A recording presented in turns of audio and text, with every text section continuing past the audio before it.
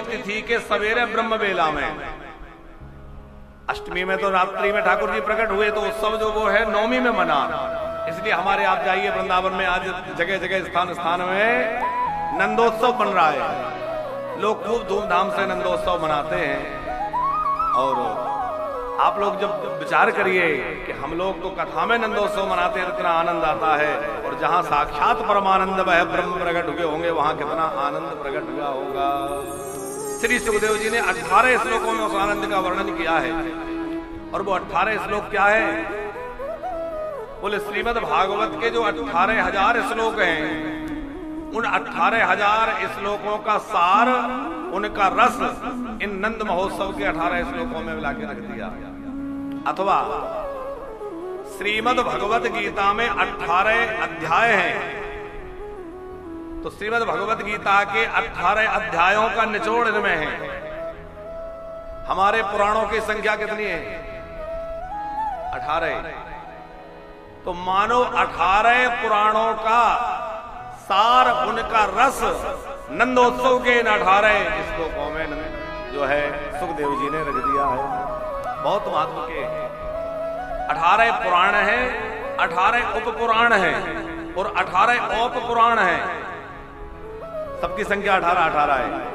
तो उन सबका रस मानो, उनका सार लाकर इन नंद महोत्सव के श्लोकों में विराजमान कर दिया। गोपाल मंत्र जो है उसमें 18 अक्षर हैं। तो गोपाल मंत्र के द्वारा नंद बाबा के यहाँ नंद नंदन श्याम सुंदर प्रकट हुए हैं, वह परम ब्रह्म पूर्णतम ब्रह्म प्रकट हुए हैं।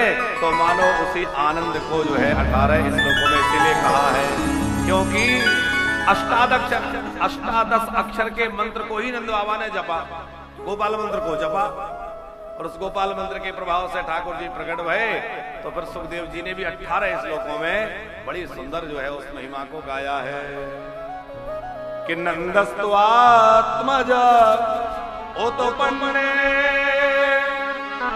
जाता है राम महामना, आहो ये विप्रान वेदज्ञान कृष्णा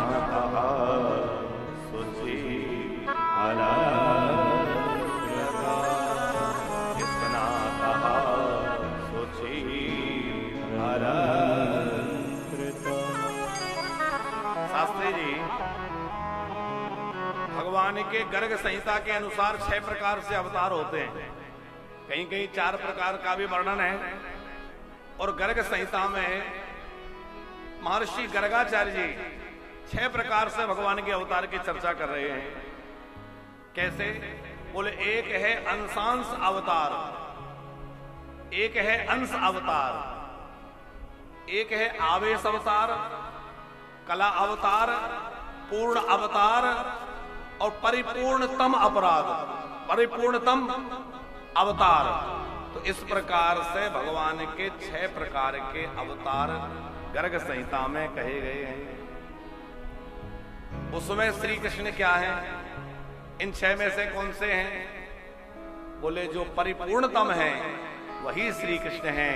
जो अनेक रूप धारण करके आने वाले हैं वह श्री कृष्ण हैं। श्री कृष्ण अवतार नहीं है, श्री कृष्ण तो अवतारी हैं। जो अनेक अवतार लेने वाले हैं वह अवतारी श्री कृष्ण हैं। नित्य गौलोक में श्री ठाकुर जी विराजते हैं। देवताओं ने प्रार्थना की, प्रभु दुष्टों का संहार करके हम सबकी रक्षा करिए, पृथ्वी का भार हरण करिए। तो देवताओं की प्रार्थना पर भक्तों के ऊपर अनुग्रह करने, हम सब जीवों का कल्याण करने के लिए भगवान अपनी अधीश्वरी, अपनी हृदयेश्वरी श्री राधा जी से कहने लगे कि हम लोगों को अब पृथ्वी पर जाना है। राधा जी तो व्याकुल हो गई, आप पृथ्वी पर चले जाएंगे, मैं आपके बिना कैसे रहूंगी? ठाकुर जी बोले अकेले थोड़े जाएंगे, तुम्हें भी लेके चलेंगे। राधा जी बोली हम ऐसे नहीं जा सकते। क्यों? बोले जहां वृंदावन नहीं हो, जहां गोवर्धन ना हो, गिरिराज जी ना हो, और जहां यमुना जी ना हो, राधा जी कहती है हम वहां नहीं रह सकते। क्योंकि गिरिराज जी, यमुना जी और ब्रज 84 कोस, इस भूमि, इनकी नित्य स्थिति जो है कहां है? श्री गौलोक में। तो नित्य गौलोक में जब देवताओं ने प्रार्थना की तो ठाकुर जी ने कहा हम लोगों को चलना है। राधा जी तो बिना गिरिराज के, बिना यमुना जी के कैसे रहें? तो उसके लिए ठाकुर जी ने कहा कोई बात नहीं है, हम लोग यहां से ब्रजा नदी जो है इनको, यमुना जी को भूमि पे ले चलते हैं। तो गौलोक से वह, देखो ठाकुर जी आए तो अकेले नहीं आए, ठाकुर जी आए तो नित्य गौलोक से यमुना जी भूमि पर पधारी, नित्य गौलोक से गिरिराज जी पधारे, नित्य गौलोक से जो है ब्रजमंडल 84 कोस का यह ब्रजमंडल आया और ठाकुर जी की लीला के लिए उनकी सहचरियां, गोपियां, श्री जी सब पधारे हैं। और इस ब्रजमंडल में चारों ओर अब तो जो है भगवान के रसिक जन, प्रेमी जन, भक्त जन अलग अलग रूपों में प्रकट हो गए हैं। उन सबको पता चला कि नंद भवन में जो है हमारे प्रभु आ गए हैं, जिनकी प्रतीक्षा के लिए हम अलग अलग रूप धारण करके अलग अलग स्थानों पर प्रतीक्षा कर रहे थे, वह हमारे परमात्मा आनंद भवन में प्रकट हो गए हैं। तो वहां का नगाड़ा सुन करके दौड़ पड़े सबके सब और नंद भवन में देखते देखते अपार भीड़ लग गई। नंद जी के महल के चारों ओर बड़ी भारी भीड़ है, ऋषि मुनि महात्मा, वहां गोपी ग्वाल सब दौड़ दौड़ के आ रहे हैं और सब कह रहे हैं मैया बधाई हो, बाबा बधाई हो। नंद बाबा तो स्नातः सुचिर अलंकृतः, स्नान करके अलंकृत होकर के सुंदर वस्त्र अलंकार धारण करके नंद बाबा ने वेदज्ञ ब्राह्मणों को बुला करके और जात कर्म संस्कार करवाया। जात कर्म संस्कार होने के पश्चात खूब मुक्त हस्त दान लुटाया कि धेनु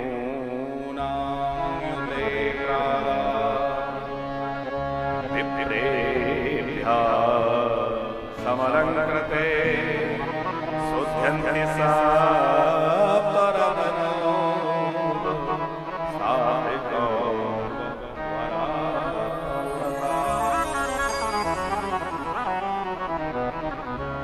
नंद बाबा ने खूब गैया दान की और ग्वाल वाल बछड़ों को, गैयाओं को नचा रहे हैं, झूमते झूमते गीत गा रहे हैं कि बाजे ढोल सहनाई बाज रही है। आहा, कि बाजे ढोल सहनाई गोल में हो, बाजे बाजे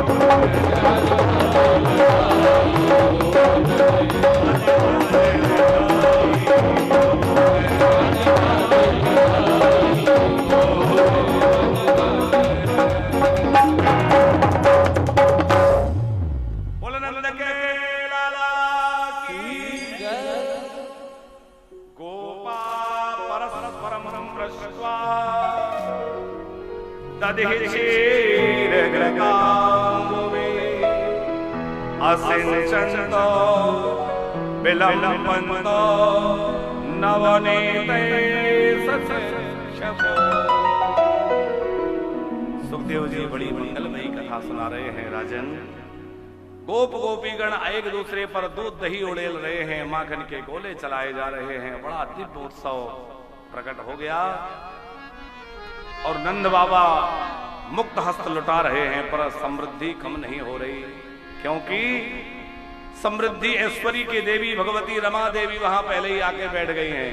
हमने कहा ना, सब देवी देवता उनके परिकर पहले ही आ गया कि तते आरभ्यनंदस्य ब्रज सर्व समृद्धिमान हरिर्निवासात्मगुणे रमा क्रीडन भूनृपः। अच्छा, नंद बाबा को याद आया कि हर वर्ष हम कंस को कर भिजवाते हैं, इस बार समय पे कर नहीं गया तो नंद बाबा को लगा कि कंस कहीं नाराज ना हो जाए, या कंस अपने सेवकों को भेज दे और उन्हें पता चले कि मेरे यहाँ लाला हुआ है, कोई उपद्रव कर दे।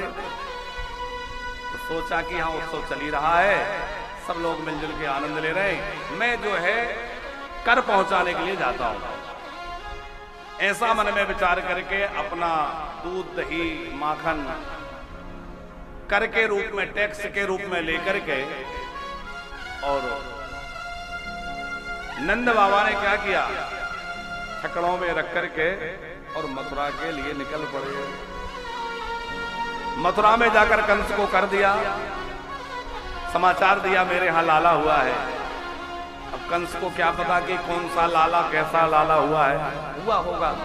वो कह रहा है तुम्हारा लाला जुग जुग जिए, तुम्हारे लाला के शत्रु समाप्त हो जाएं। अब उसे क्या पता कि मैं ही उसका शत्रु, मुझे ही मारने तो आया है? नंद बाबा जब लौट रहे थे तो सोचा कि वसुदेव जी से मिल चलूं, क्योंकि वसुदेव जी पर दुखों का पहाड़ टूट पड़ा, कितना दुखी रहे हैं।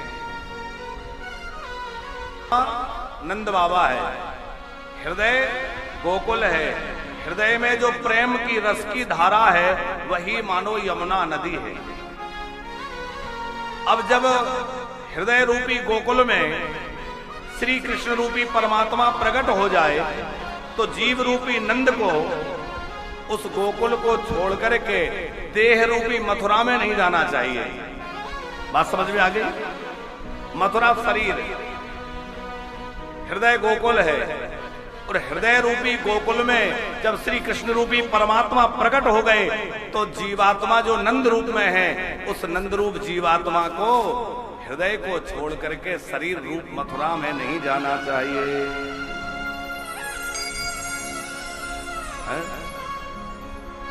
नहीं तो क्या होगा? बोले जब जीवात्मा देह में दृष्टि जाएगी तो देह में दृष्टि जाएगी तो अंदर जो परमात्मा बैठा है वो इधर उधर हो जाएगा, चला जाएगा। और यही हुआ कि नंद बाबा लौट के नहीं आ पाए और राक्षसी आ गई।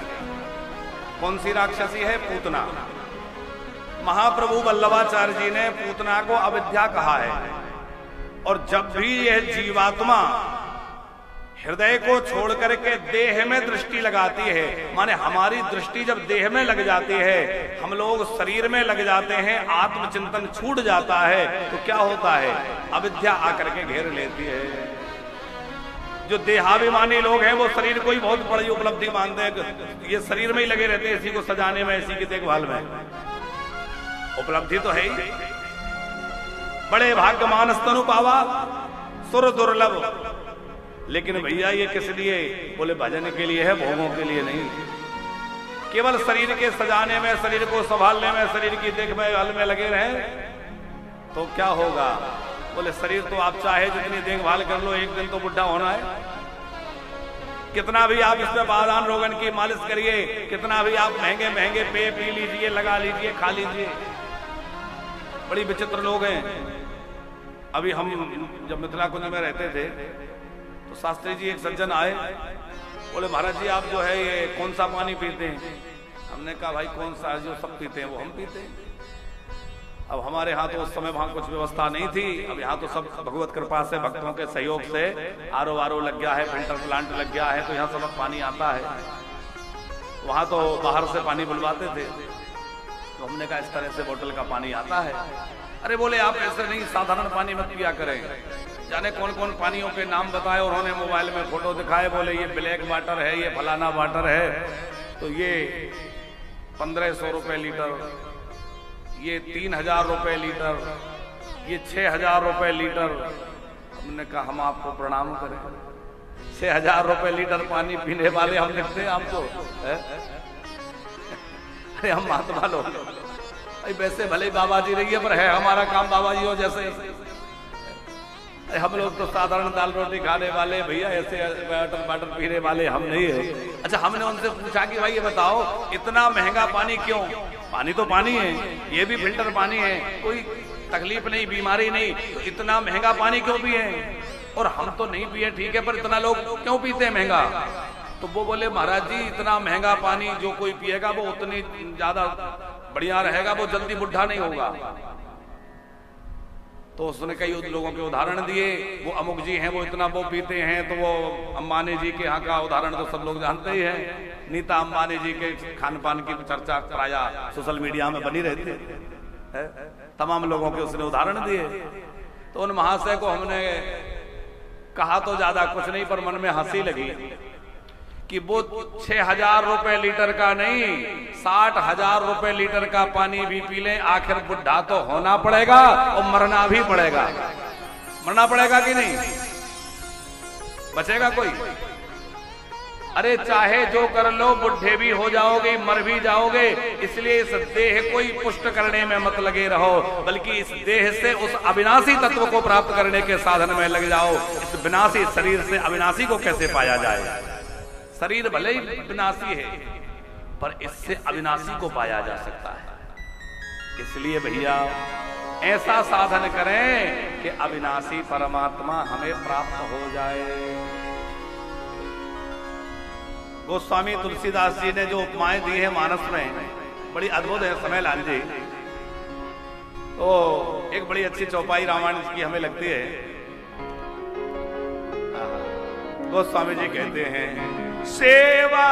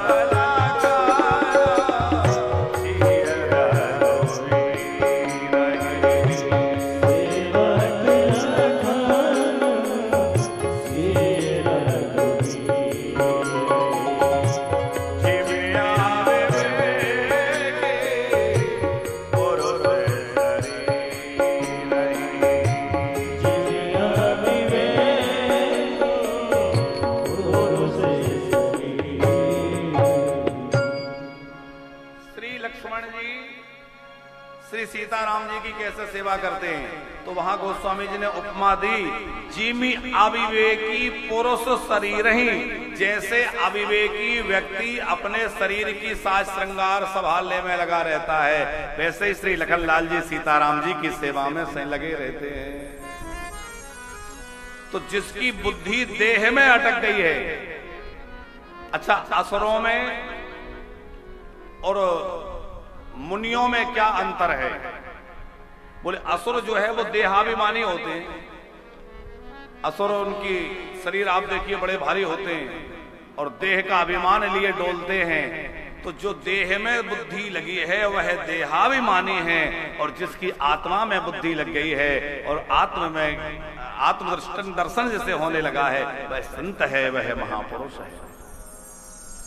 वह जीवात्मा जब गोकुल से यानी हृदय से निकलकर शरीर रूपी मथुरा में लगा तो क्या हुआ? बोले हृदय रूपी गोकुल में अविद्या रूपी पूतना आ गई।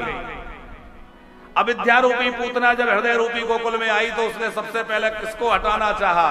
बोले वहां जो परमात्मा है। अविद्या क्या करती है? हमारे अंदर जो परमात्मा बैठा है उसको ढक लेगी और उस परमात्मा का हमारे अंदर साक्षात्कार नहीं होने देगी। उस परमात्मा को जीवात्मा का मिलन नहीं होने देगी। यही अविद्या का काम है, उसको ढक लेगी। तो पूतना क्या चाहती है? बोले बाल कृष्ण को उठा करके मैं ले जाऊं और जहर पिला करके इसको मार डालूं। माने वो वहां से उन गोकुल वासियों का वह आनंद, वह रस उनसे छीन लेना चाहती है। कंसेन प्रहिता घोरा पूतना बालघातनी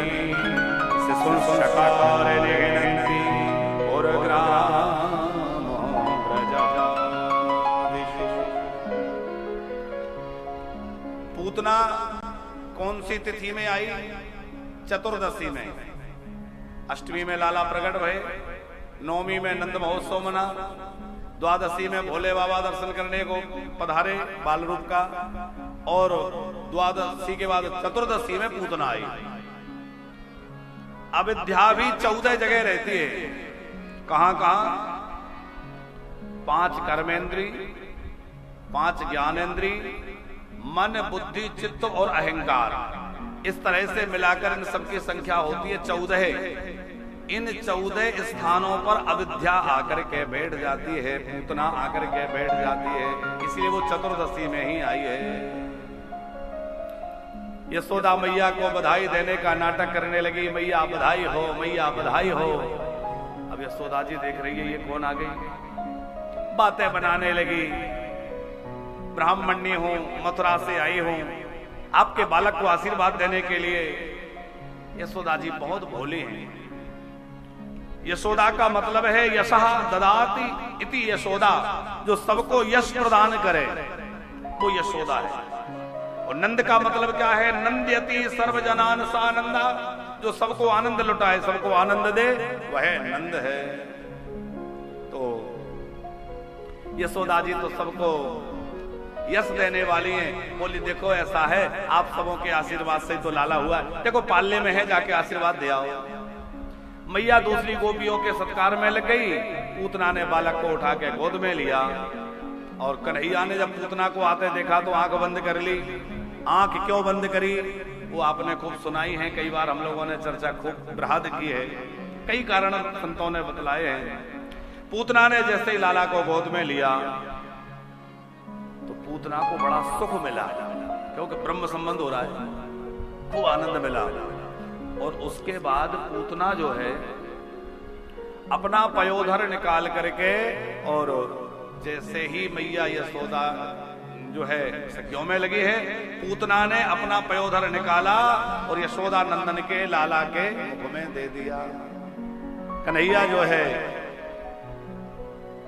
पहले तो उसका जहर पिया, थोड़ा बहुत दूध निकला होगा तो पिया, जैसे हमें लगता है नहीं निकला होगा है, तो राक्षस उसके प्राणों का हरण करने लगे।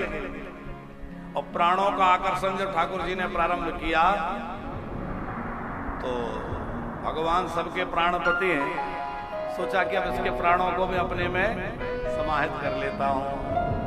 और प्राणों का हरण करने लगे तो पूतना को भयंकर वेदना होने लगी। पूतना चीत्कार करने लगी, अजी मुझे कुछ हो रहा है, ये बालक तो मरता नहीं और मुझे क्या हो रहा है। घबराई पूतना तो महल से निकलकर, नंद भवन से निकल के मथुरा की ओर भागी। अच्छा, राक्षसों की एक विशेषता यह है कि जब मरते हैं तो अपने असली रूप में आ जाते हैं, चाहे जैसा रूप बना ले, पर मरते समय असली रूप में आ जाते हैं। जैसे ही ठाकुर जी ने उसके प्राणों को खींचा, चिल्लाने लगी जोर जोर से, समुंच मुंचाल प्रभासने निस्पीडमान खिलजे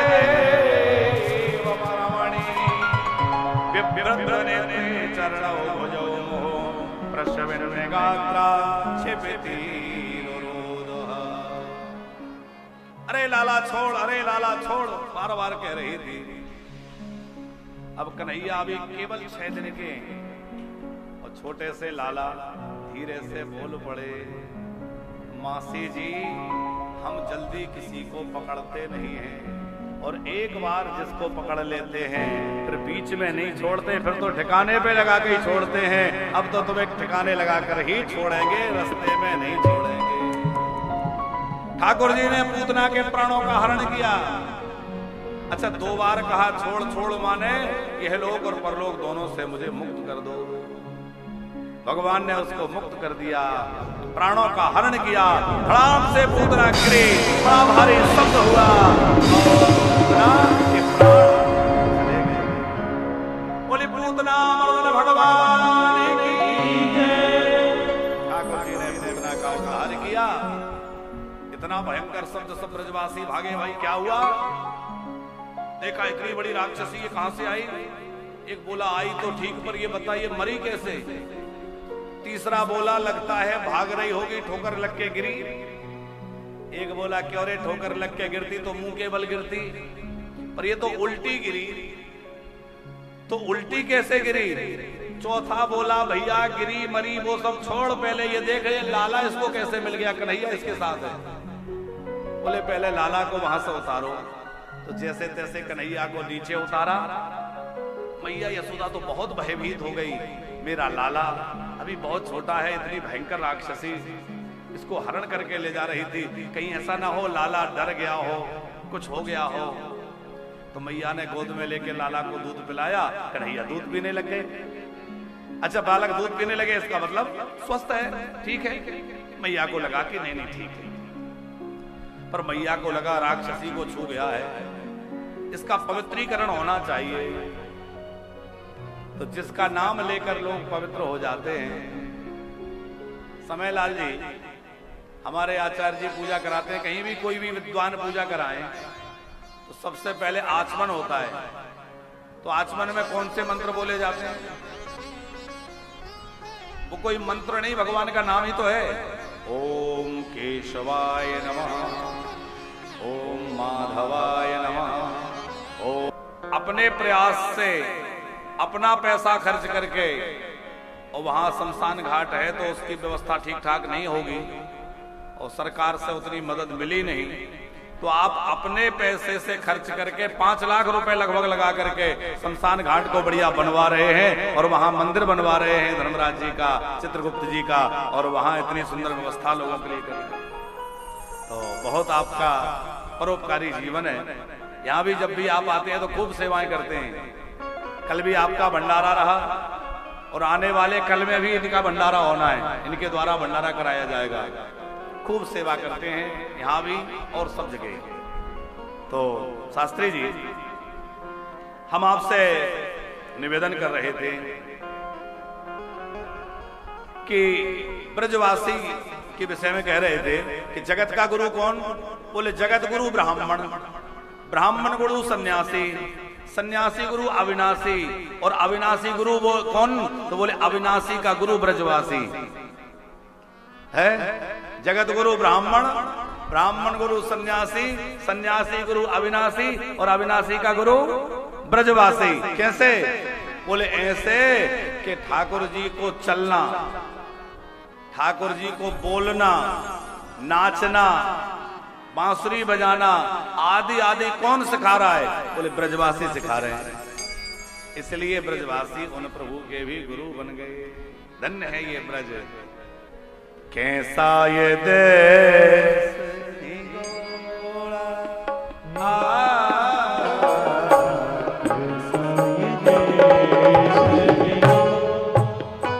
धन्य है ये ब्रज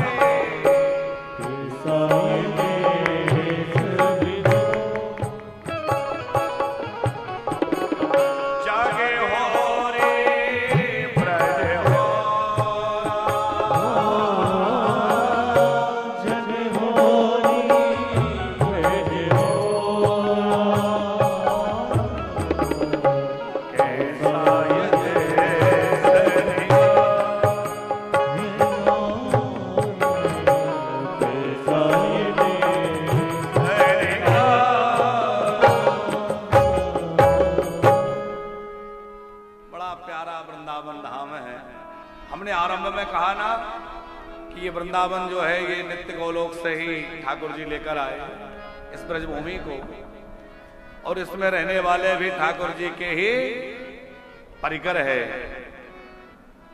कि वृंदावनी प्यारो वृंदावन हो वृंदावन